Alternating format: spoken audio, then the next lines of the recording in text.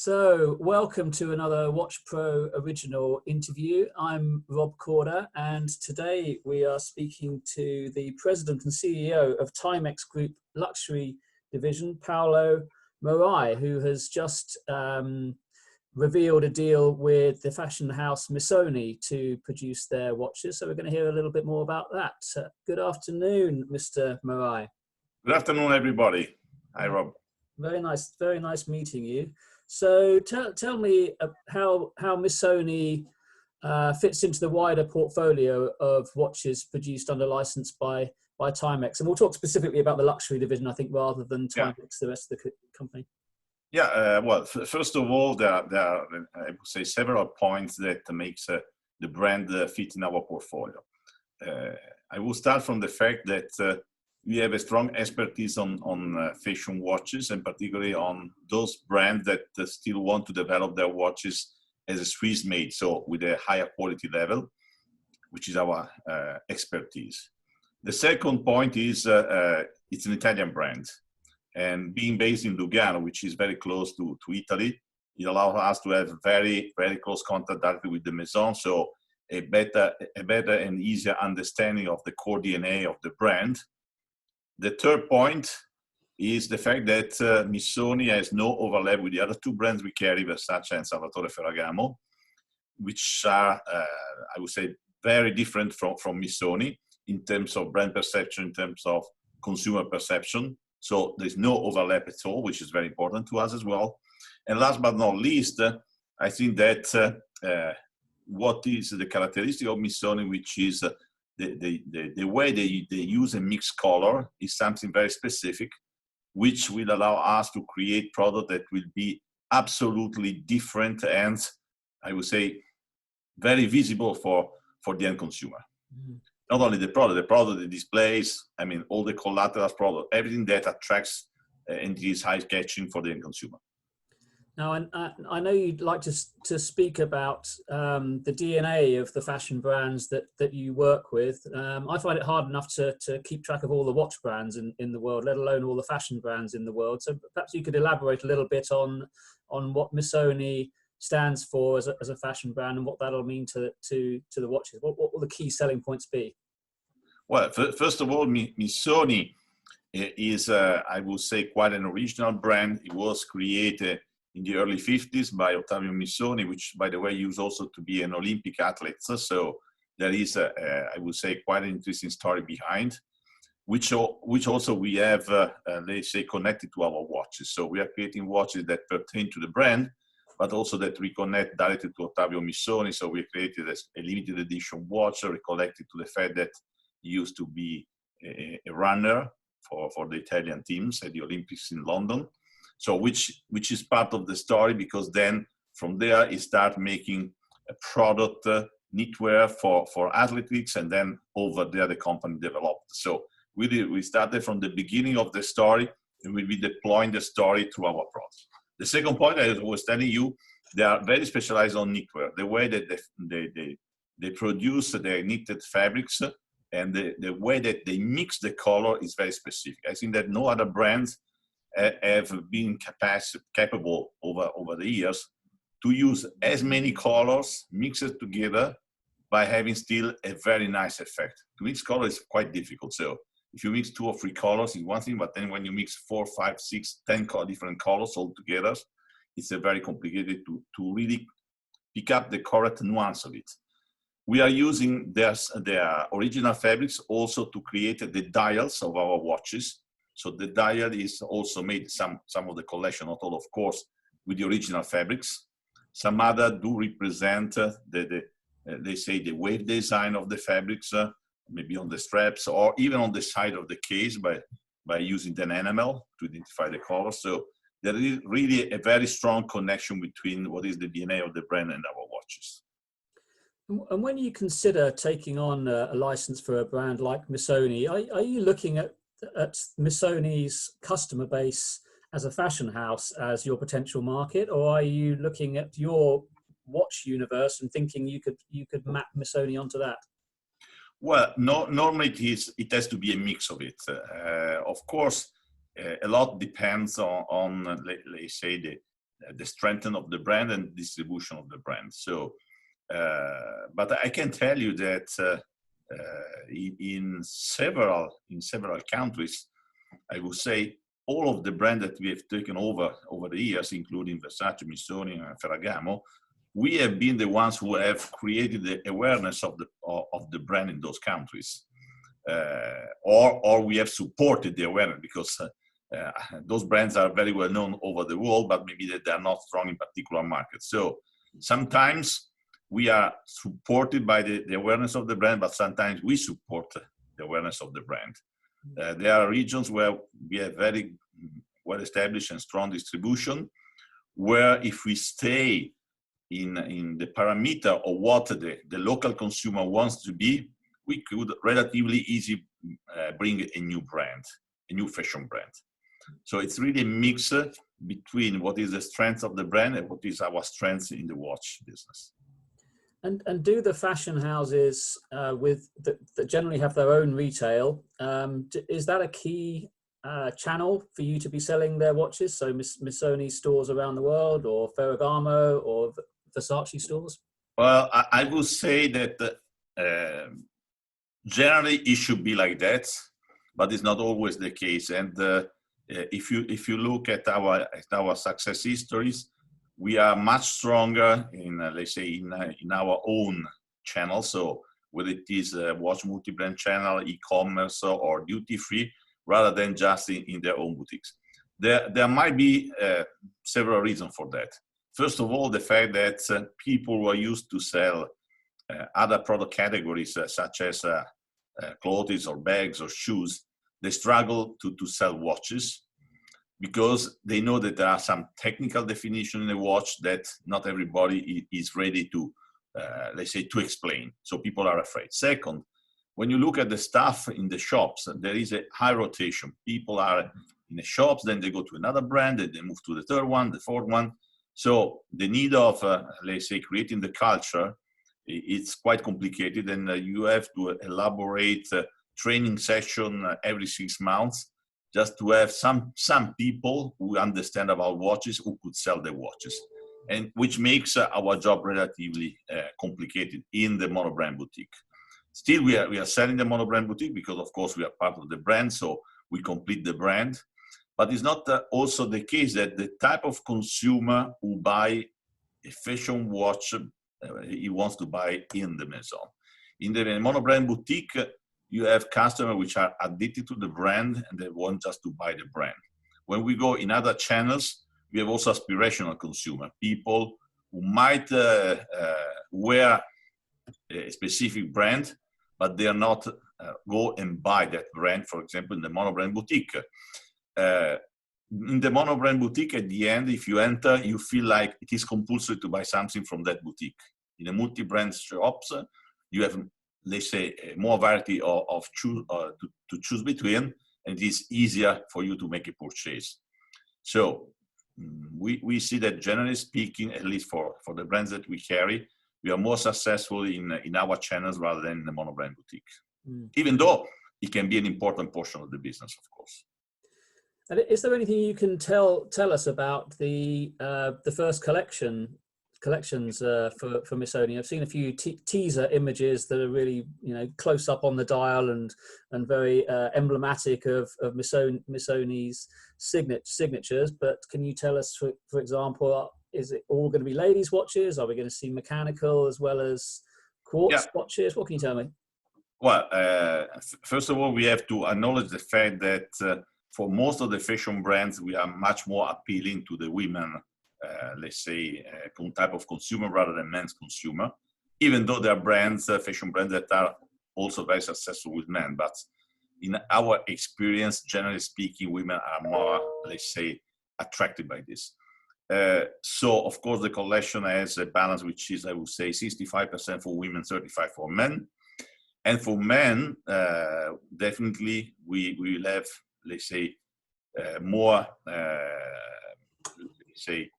important watches, in the sense that we also have automatic movement, which we are not presenting on the women's side. As I was saying before, Ottavio was an Olympic athlete, so we have created this limited edition automatic movement just dedicated to Ottavio Missoni for his Olympic Games in London. So really, we go from, let's say, not the high end because it's not pertaining to fashion brand, but from, let's say, a complicated movement coming back to quartz movement, which is the core of our business, of course. And do you know what sort of price points you'll be aiming at? Well, actually, I will say that we start preparing the collection in 2019, and the collection was supposed to go to market in September this year, which, by the way, will make our life a little bit more complicated because of what is happening now. So I would say that before the collection was quite homogeneous in a price range, I would say between $400 and $1,500 retail price. But I think that we will have very quickly to redesign the strategy. What is my personal opinion about the watch business is that we will see a much stronger polarization in the future for, let's say, the more affordable price point or the more luxury price point. Why is that? Because rich people will always remain rich, so they will always have money to spend, and they will be eager to buy something because after this period, they will be eager to say, okay, let's go back, we can buy something new, etc., etc. So in those price points, you will have to be ready to get an offer. On the other side, for let's say, normal people, what we call normal people, or the new normal people, people are certainly affected by this period, because we have seen a lot of people have lost their job. Even those who have kept the job, they have accepted salary reduction, etc., etc. So they will be willing maybe to buy, but certainly in more affordable price points. So if today the collection was thought to be quite homogeneous from the entry price point to higher price point, I think that we should redesign going forward the collection, polarizing into, let's say, more the two entry and high-end prices rather than just an average. So it'll be clustered around the $400 or $500 mark and around the $1,500 mark. Yeah, I would say 400 to 700, and then 1200 to 1800. So how has the licensed fashion watch business in general held up over the past 5 years? I said specifically we'd talk about the luxury division, but more broadly in Timex, you know, that sub $500 price point has been so heavily affected by Apple Watch and other smart watches. What are you seeing? Well, I see that overall the watch market has certainly been affected by let's say the whole smartwatch business. Even though I consider that smartwatches is more in addition to the market, just than replacing part of the market. It's another product category, different from traditional watches. Well, first of all, most, I would say not all, but most of the smartwatches, including the Apple Watch, they are digital and not analog. And we know well that most of the people, they are still willing to buy analog watches rather than digital watch. The second point is that it's true, but Apple Watch has been affecting more the lower entry price point and not really the Swiss-made portion. So honestly, from a market perspective, we have seen some important decline for fashion watches, but not in the Swiss-made price range.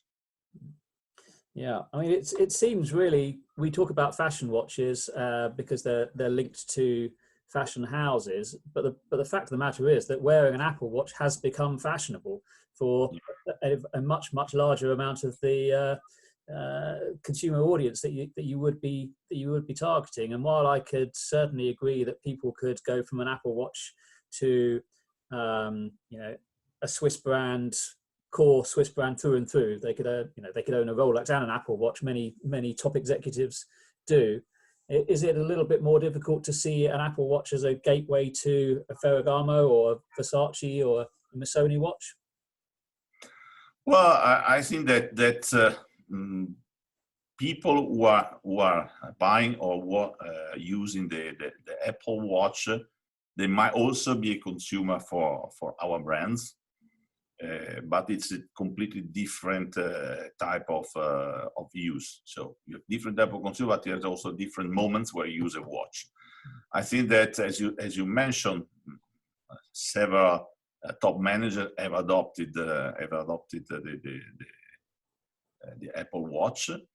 And in the past, I used to work for Swatch brand, and that was also the story of Swatch brands back in the 80s. If you remember that, people which were wearing a Rolex were stopping wearing a Rolex just to bring a $50 Swatch on the wrist. So Swatch is still there as a brand, maybe not as fashionable as it was in the past, but it's still there. So Apple Watch has created a new category, I would say, in addition to the watches, but I don't see it overwhelming the markets for watches. Of course, the space on the wrist is very limited. We only have 2 wrists, so and normally we use only 1 watch per time. Exactly. So with that as a background, what's the immediate effect been of the current coronavirus pandemic? How has it affected your business? Well, it is evident that this coronavirus will have several effects on not only on the watch business, but in general on all the businesses. Because as we said before, a lot of consumers will have less spending money, so that will be affecting. We have lost already a couple of months where the shops were closed, so there was no physical opportunity to sell the watches. There will be stores or distributors all over the world which still are running inventories because they bought the watches for the spring season, and they will have to carry those watches through summer or spring or fall. At the same time, I would say that it very much depends also how it is your distribution, which market you are based, and which channel you are based. Because, for example, we have been quite heavily investing on the e-commerce over the past, I would say, 24 months. And the e-commerce has not suffered as much as the other channels, even in this period. And I would say that this has been a good reason for us to survive also during this period. So even though there was, let's say, sometimes requested, sometimes suggested shutdown also for the factories, we could only close the factory for 1 week, and then we had to reopen because we had to manufacture watches for shipment in April and in May. So I would say that we have been in a decent position. So what I can say is that by end of April, we are absolutely in line with our budget for this year, which was made in September last year, so before the coronavirus. I do expect May and June still to be very tough. But if you've seen the data, for example, China, which has reopened, China has been showing already in April like a 30% growth year on year. So I don't expect that we will fully recover what was lost, but I would say that after May, there will be, I would say, a relatively decent year. Of course, it all depends on the reopening. So we are now in phase 2, and a lot of countries are reopening. If the reopening goes the direction that we all hope, we should be in a decent position. Of course, if the coronavirus come back, or if in September it starts again heavily, that will be another world. God help us all if that was to happen. When you speak about investment in e-commerce, I assume you're speaking about your own direct-to-consumer e-commerce platforms, or are you also talking about your retail partners? And when you look at that e-commerce, do you think there'll be a permanent, or at least a medium-term effect, so that more and more of your watches will be sold online rather than through physical stores? Well, I would say that was already the trend, that the online was growing, and I think that this pandemic has certainly accelerated the swap between, let's say, online and offline online stores. I don't expect to be massive, the trend, in the sense that still there are a lot of people that want to go shopping. they don't want to buy online. So a lot of people are still using online to, let's say, to receive information, to check information, but then they prefer to buy offline. One of the region, for example, that this is particularly evident is Middle East. In Middle East, people are using heavily internet. So they could buy in internet, but why they do that? Because they spend most of their time in the house because it's too hot to get out. That the only thing that then they do is get out, go to a shopping mall because it's fresh, you have bar, you have restaurant, etc. And then you do the shopping there because you're there. So it's your moment of relaxation. This will never change, or not so heavily, for example. A lot of market, I would say, are still dependent from offline retail distribution. Online is growing, and you mentioned before our own online, yes, but more our partner online. I think that first of all, there are companies that are specialized for the online, and you should take advantage of that. I mean, there are companies that are specialized on the online. They know millions of consumers, and they know everything about the consumer, everything, because they know the frequency they buy, what price point, what color, what size, etc. So for them, it's very easy. For example, in China, when I apply with a product and I show a product, they already can tell me, well, for this type of product, for this type of brand, for this price point, we could target to communicate to 50 million of consumers. Then maybe the redemption is 1%, 2%, 5% or whatever, but they already know what is the size of their target. So they can immediately give us the expectation in terms of how much they might sell, etc. The same is in Europe. I mean, Zalando or other companies, there's such a knowledge of their consumer base that they can really forecast and predict in a very good way what you can sell. So do you think that a key channel for you will be the likes of Alibaba and those sorts of e-commerce specialists? Well, as you say, specialists. So within the different channels, you will have people which are specialists. Until 1 year ago, online was mostly for discounted product. Today, you have a lot of, let's say, online shops that sell at full price. So that's the trend that we want to follow up. And finally, let's look a little bit into the future. Now, there's obviously a few variables that neither of us have can pin down for certain. But I guess with fashion brands like Missoni, the watches would be largely a large part of the market would be gifting. So Christmas and the holiday season must be fairly key for you. But tell us how you see the rest of 2020 looking, and perhaps what a new normal might look like in 2021. Well, as I said before, if things goes the direction that we all forecast, so that little by little we go back to normal, and the normal will, in my opinion, the normal will only be maybe 2022. So 2021 will still be a transition period for sure, because it will take time for several countries to go back to a normal economy, because certain markets have been really heavily affected by the virus. So in 2021, I see a kind of transition period, and maybe because we are not, we are still relatively, I consider myself a small company, and I always say that you are affected by the market trend when you are a large company. So when you do represent a certain market share, 10, 20, 50% market share, of course you are affected by the market. But when your market share is relatively small, yes, the market gives direction, but you can still try to grasp market share from your competitors and try to at least to be stable. So my expectation for 2021 will be for let's say a stable position or a slight growth. Of course, we come from 2 consecutive years of 30-35% growth. Forget about that. Yes. But if I can stabilize the business this year and keep it stable 2021, that would be amazing. So essentially, in order to get back to the sort of levels of 2019, you're thinking we're 2 years away? No. I will say that this year will not be too far from 2019. So, we mentioned before, we are introducing Missoni as a new brand starting in September this year. So this is a good contribution, of course. So. And are you still on the lookout for new brands? Do you like to keep the portfolio fresh? Well, first of all, it is compulsory to do that because, as you know, license business, you have a license, but you might lose it. It's not your own brand. So you have always to keep an eye.